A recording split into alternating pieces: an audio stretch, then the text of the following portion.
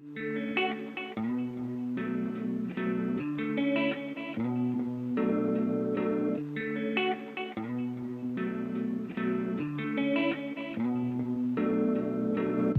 Eric. How are you?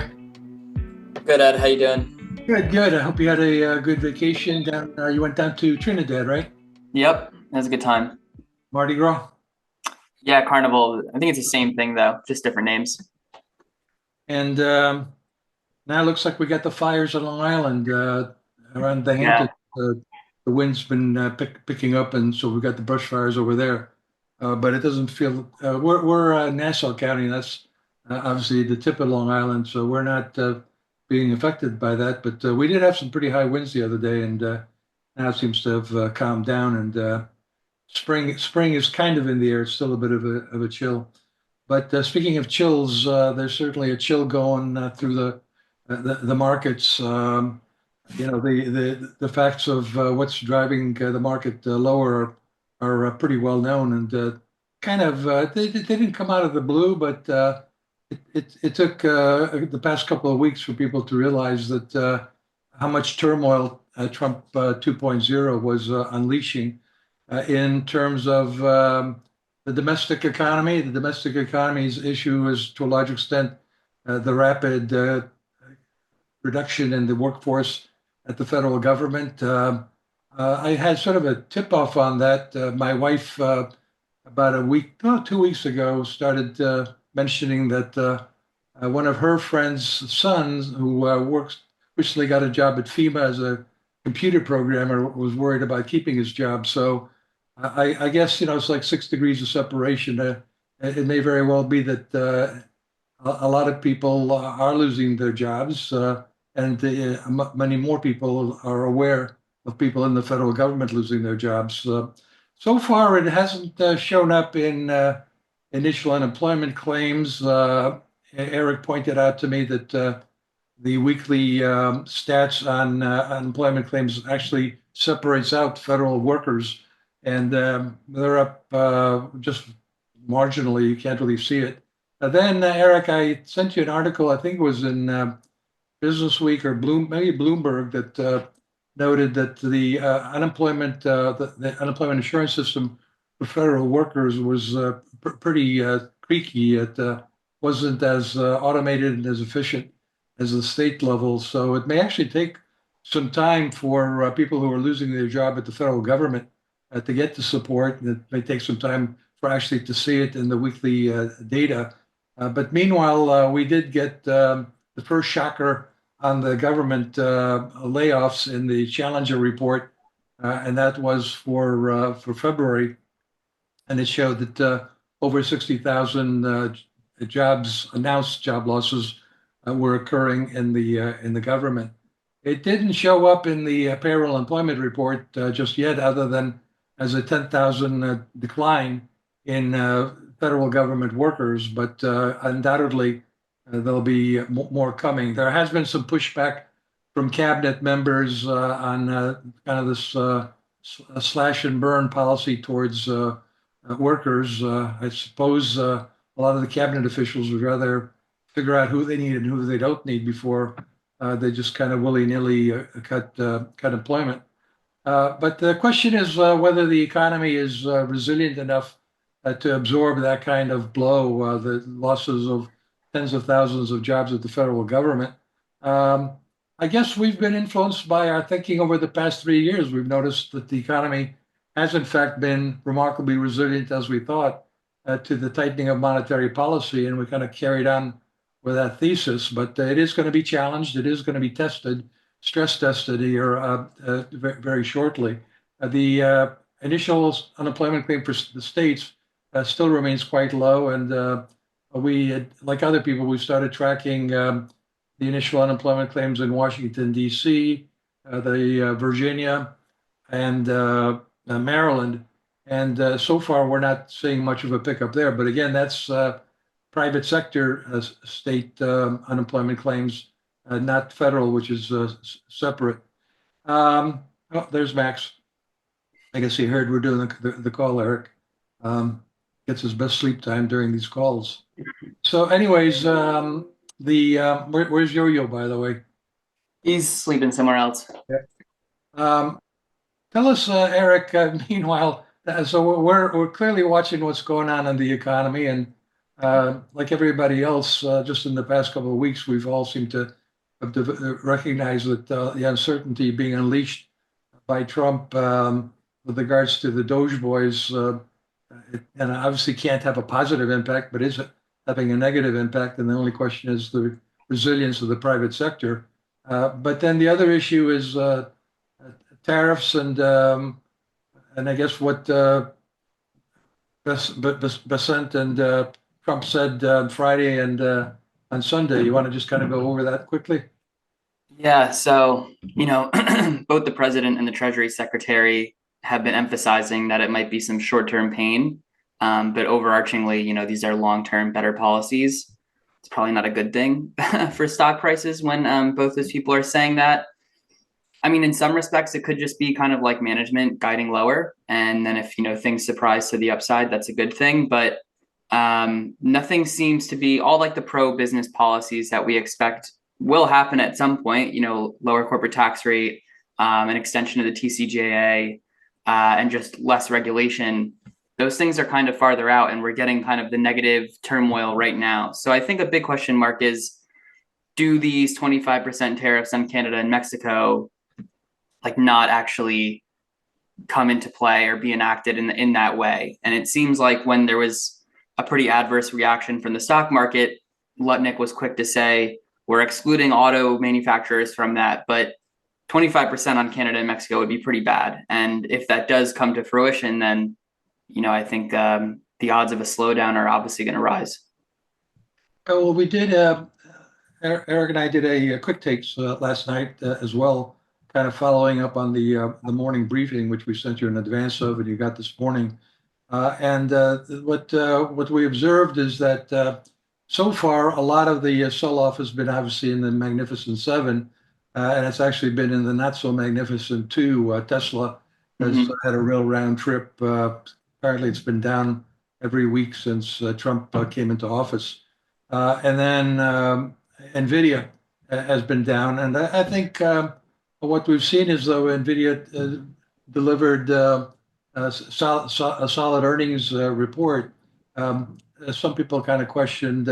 I guess it all goes back to DeepSeek and whether everything's kind of getting commoditized in the business of creating large language models. And I think even the head of Microsoft said that that was the case, and that the money to be made would be made on, providing AI as a let me just turn this off, as a feature of products that already exist.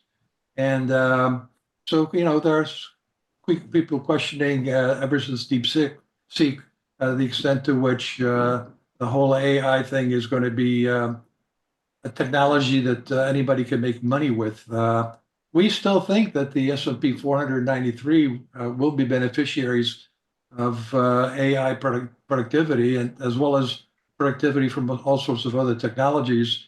And so far, the sell-off really has been concentrated in the large cap Magnificent Seven. I think their forward PE has dropped from 30 to 26 in this sell-off. Eric, anything else you want to add before we kind of go into the charts? Yeah, no, just piggybacking on that. I mean, it's almost been the rotation trade we all kind of expected. It's just been exacerbated by the big declines from the big tech stocks, and particularly like 20 to 33% from Nvidia and Tesla. That's pretty extreme, but value is doing okay. And that multiple is arguably expanding. So it's not, it's been exacerbated, and like it's pretty extreme this morning because the Nasdaq's down over 3%, but under the hood, it doesn't look as bad. So this quasi correction is still not quite, a super like a real correction, I think. Yeah, again, as we, I mean, let's face it, there were concerns over the past couple of years that this market was being led by the Magnificent Seven to the upside, and warnings that let's see what happens when these stocks go down. Well, we're experiencing that right now. And as I said, the Magnificent Seven's forward PE dropped from 30 a few weeks ago. The S&P only peaked at a record high on February 19th. It wasn't that long ago, and I think depending on how much we're down today, we'll probably be down 8%, around 8% for the S&P 500. So we're not even in correction territory. The Nasdaq clearly is now in correction territory. Will be down by probably 13% from its peak. But if you look at the forward PE of the S&P 493, it's actually been hanging around 20 reasonably well over this very same period. That's not to say that this sell-off couldn't spread. And again, in that piece last night, we acknowledged that this could turn out to be one of those flash crashes we've seen. We saw one during the Kennedy years in 1962. We saw one in 1987, where not only do you have real people selling. Oh, that's Oscar. They're all coming to visit here. Let's hope Oscar doesn't do anything untoward.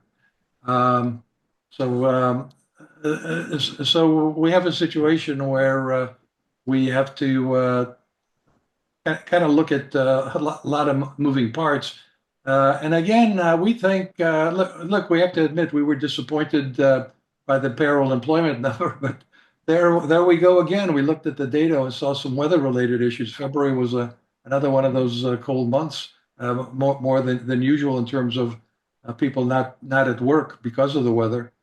So there could be a really nice big bounce back in the payroll numbers in March and April, though obviously that'll be in the private sector, and that hopefully will more than offset the losses in the government sector. But notice we're using the word hopefully, not giving you any money back guarantee on that notion.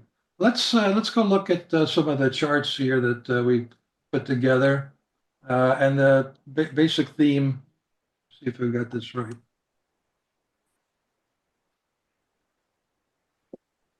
Yeah, that looks correct. Okay. The basic theme is that the noise to signal ratio has increased pretty dramatically. It's kind of deafening. Uh, Wish it wasn't that way, but it is what it is, and we may have 4 years of this. So maybe the market's discounting that this kind of is here to stay, and this kind of erratic policy making may be here to stay.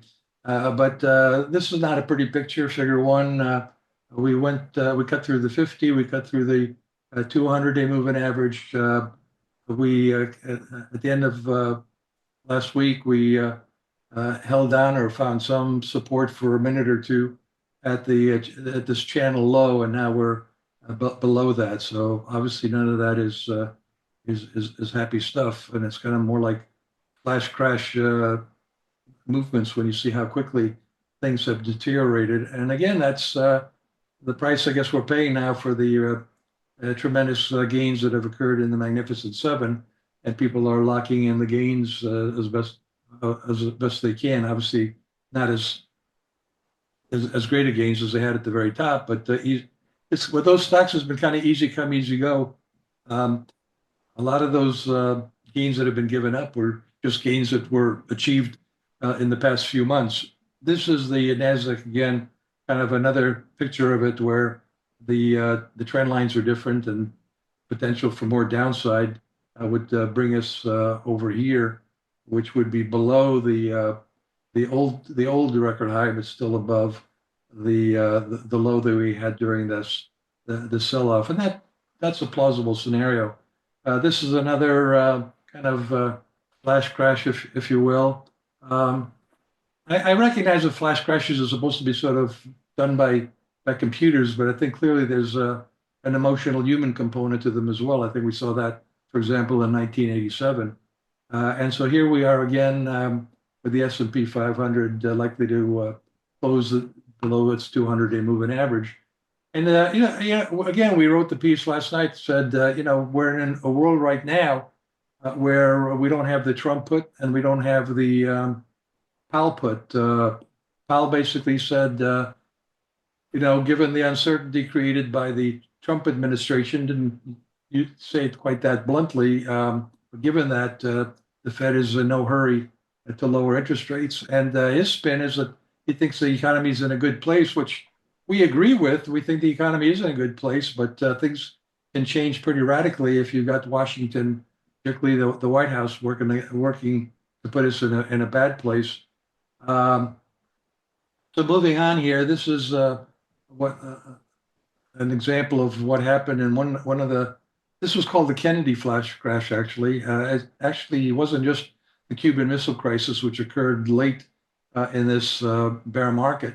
There was also some issues between the steel union and raising prices and inflation, and Kennedy pushing against it. So, and that was after the market had a big run in the late 1960s into 61. And so we gave back just about all of that and then recovered pretty smartly after that. Weather, Eric, what does this chart tell us? Yeah, we had pretty good industrial production in January, and it wasn't all utilities, but in part because there was a deep freeze, so we needed more energy. That's probably not going down too much in February. Especially, I mean, even in Canada, their employment report was like really hit by the cold weather. So we're probably still going to have that in February, and I think it's just going to be higher highs for this series. Like it personally for weather and also for AI and data center reasons, utilities are kind of here to stay. Then there was a big drop in auto sales in January. Some of that might be weather related, but a lot of it probably had to do with end of year discounting in December that led to this big jump in auto sales. Then they came down. Now they picked back up in February. So that's just some sign that consumers are not doing their own flash crash with auto sales, anyways. And then here's another chart showing retail sales. And while retail sales were down quite sharply in January, again, we blame the weather and we think there's going to be a nice bounce back. And it could happen in February, though. Again, the weather was not cooperating. But then again, when you look at the Red Book retail sales numbers on a year-over-year basis, the weekly data, that still looks pretty good. And it's a pretty good cyclical indicator, and it's available weekly, and it does correlate obviously with the year-over-year percent change in retail sales, excluding food sales. So we don't see this taking retail sales taking a dive either. On the other hand, when it came to vacation planning in February, there was some indication in the conference board's survey that people were cutting back on their travel plans, both foreign and domestic. So maybe there's something there about the uncertainty and hearing about all these tariffs and geopolitical issues. Maybe that caused people to say, well, let's postpone that plan. So that's obviously a bit of a negative. Um, then again, we had this noise to signal ratio quite loud in the purchasing managers index. Eric, take it away. Tell us about the MPMI and then the NMPMI. Yeah, so 2 straight months above 50. There was a little bit of a come off from January to February in the manufacturing PMI, but overall, I mean, things have looked pretty good. The employment number dropping into contraction or below 50 wasn't great, but I mean, if we get another positive month, which I think we should, even in like the bad weather affected employment report, we still saw that manufacturing weekly hours rose. So industrial production might have another good month. And I think if we have like 3 straight months of the MPMI above 50, then we can start to call it, a sustained rolling recovery, which is a positive. And then how about the NMPMI? Yeah, we had, I guess rightfully so, people freaked out about the S&P PMI because it was kind of amidst a lot of, consumer negative stories and headlines. But another good services PMI print, everything was in expansion. It kind of offset some of those consumer worries. It doesn't fully like nullify them, but it's And then another we good sign.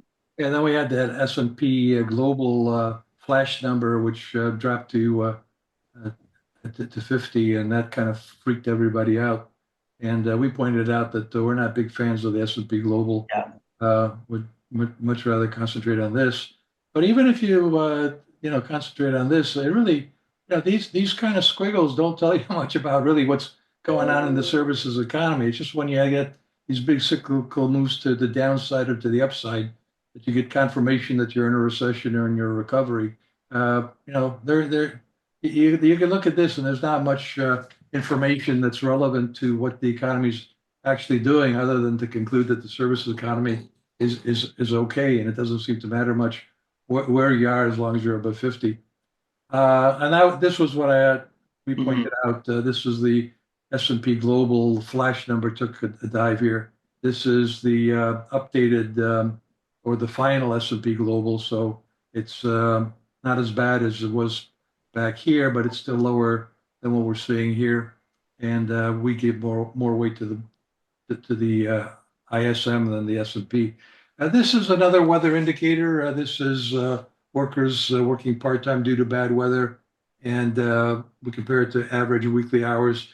We were surprised that the average weekly hours didn't rebound in February, but then silly us, we need to follow the weather more closely because the February chill was there, and that did have an impact on people working part-time because of the weather, or people not working at all because of the weather. And you can see these are relatively high compared to previous experiences.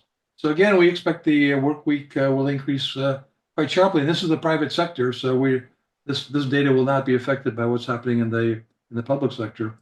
All in all, the data so far so good. 200,000 per month on average over the past 3 months for payroll employment, excluding uh, government, the private sector, 169,000 per month. So that's looking like it's holding up reasonably well.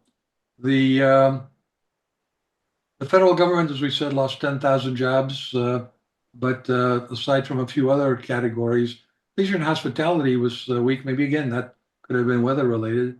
But the rest of the story looked pretty good in terms of industries. Our our earned income proxy did not get a boost from the average work week. But on the other hand, the payroll employment was up and wages were up. And so that was up 0.4. That should match inflation or slightly beat inflation. So we think that'll be a positive for retail sales. This is the Challenger. The Challenger is, again, as we said, was over 60,000. Retail was high, and technology was relatively high. So there's some signs that in the private sector we may be having some layoffs. Retailing is always kind of a funky area to assess. It can change quite a bit. So the official unemployment rate remains low at 4.1%. Could it get up to 4 point and 4.5% and freak everybody out? Well, with government losses, I suppose that's possible. We did see an increase in the U6 rate, which you can look at the footnote here to see what's going on. But we're still not believers in the SOM rule that this slight turn up is going to lead to a sudden spike, because again, we think the economy's resilience is going to shine through.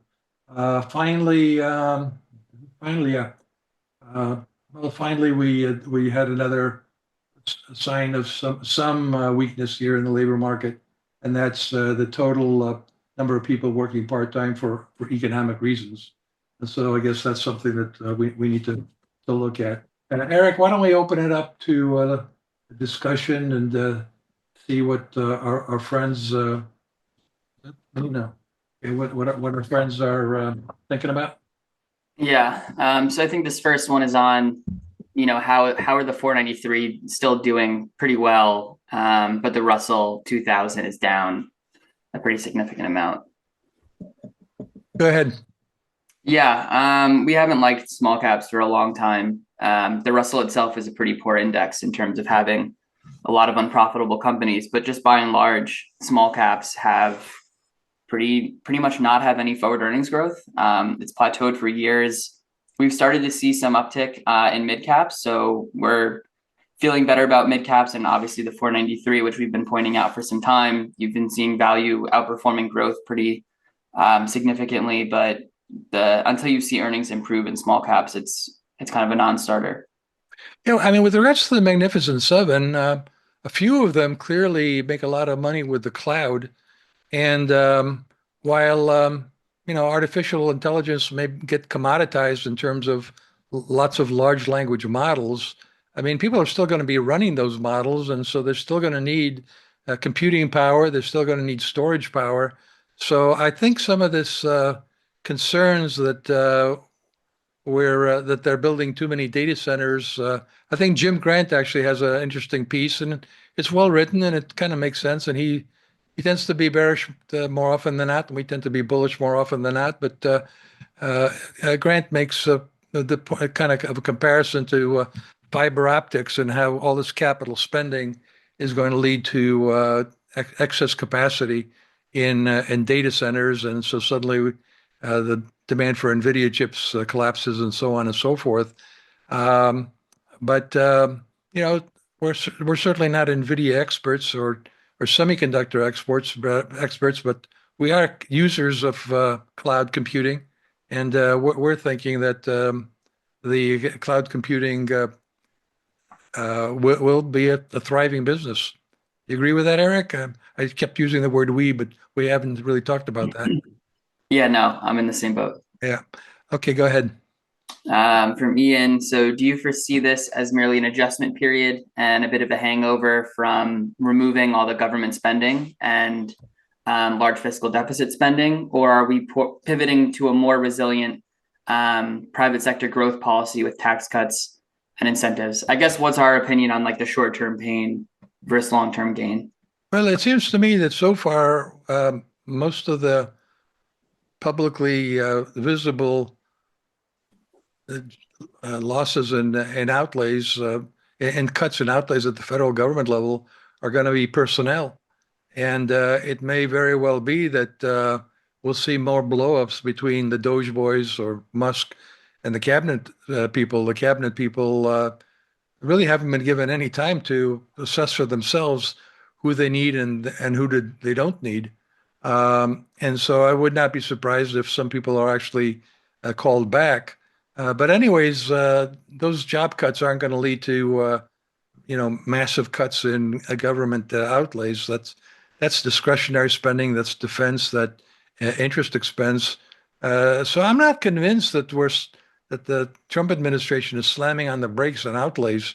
I'm not convinced of that at all. And some of these outlays will continue. I guess there's some question marks about whether some of the CHIP Act funds will be uh, laid out. But meanwhile, you've got some of the big companies like Taiwan Semi and Apple announcing that they're going to go ahead and build some of these things, whether, you know, they had some incentive from the CHIPS Act and suddenly they'll pull back on that because Trump cuts back on that is kind of questionable. Go ahead, Eric. Um, so we have a question on the GDP models, the Atlanta Fed and New York Fed. And then the corollary that Ted asks is that are we better able to recognize when recessions start or end than we have been in the past? You want to just give us a quick one on the New York Fed versus the Atlanta Fed models of GDP? Yeah. So yeah, I mean the Atlanta Fed model is pretty soft for personal consumption and various sub indicators, but like the reason it's in deep negative territory is because it miscalculated the rush of gold imports, which we've been talking about. It's been all over the media, which is more of a financial flow, and it included that and extrapolated it out, the huge increase into like a seasonally adjusted annualized rate. So that's not something that actually happens in the GDP accounts, but when you remove that, it's still like sub 1% real GDP growth. We think the incoming data for the rest of the quarter will be better and improve that personal spending, personal consumption, as well as inventory investment stuff. But yeah, I mean, but they're both generally like 1.5-ish% probably right now. Yeah, I mean, we did raise our recession bucket, our bucket of what could go wrong in terms of subjective probabilities from 20% to 35% last week on Wednesday. And we've signaled that we're kind of leaning towards increasing that some more. But for now, we're still kind of betting on the resilience of the economy. The question is, if we're right, will the market care? And I'm inclined to think so. I'm inclined to think that the economy demonstrates that it can withstand the stress of a few 100,000 job losses in the federal government and still grow, which I think it is going to do. That'll help the market quite a bit. And hopefully we'll just kind of learn to tune out the turmoil, the noise coming out of the White House, as we kind of recognize that there is a lot of blustering and bullying going on, and that political pressure is being brought on the administration to not do anything too crazy. But meanwhile, we don't know that. Eric, want to take one more? Yeah, I think a good one to finish up on is with our raised chance of a recession. Are we still thinking about 7,000 as our S&P 500 target? Well, we're not pulling the trigger on that one just yet. I guess we want to just watch these numbers up ahead here. But right now, we still have, I guess, one of the highest earnings targets on the street at $285 a share this year and $320 a share next year. And if it wasn't for the noise from the administration, I think we'd feel pretty good about it. But obviously, we can't dismiss what's going on, and that's kind of been reflected, at least in our short-term assessment of what the stock market is going to be doing. But we're reassessing it. We're not recalibrating it. We did recalibrate the recession risk, and I guess on a probability adjusted basis, the implication is that we are lowering it. But 7,000 is the base case and best case scenario of the roaring 2020s continuing to prevail. That's still a 55% probability. And by the way, we kind of got ourselves into a little bit of box because there's the short term and long term. We still very much believe in the roaring 2020s case for the second half of the decade. In the short term, if we continue to have this sell-off and we have a recession, we're not going to give up on the roaring 2020s. We're just going to kind of view it as an interruption in what has been a pretty good story, at least for the first half of the decade. With that, Eric, I'd like to thank everybody for joining us. Eric, thank you, and we'll see you again next week. And all the best in these rather trying times. Thank you. Thanks, everyone.